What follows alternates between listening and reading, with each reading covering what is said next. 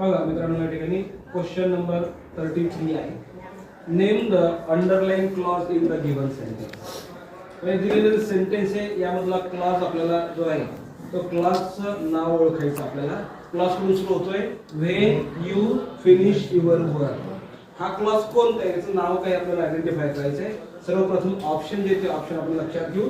बघा, adverb clause of time, adverb clause of purpose, adverb clause of condition आणि adverb clause of place. सर्वांनी लक्षात घ्यायचं की ज्या वेळेला टाइम शब्द येतो तेव्हा क्लॉज व्हेनने सुरू होतो. ज्या वेळेला पर्पस शब्द येतो त्यावेळेला काय असतं तर त्या ठिकाणी सो दॅट येतं. नंतर कंडिशन असते त्यावेळेला तो क्लॉज इफ ने सुरू होतो.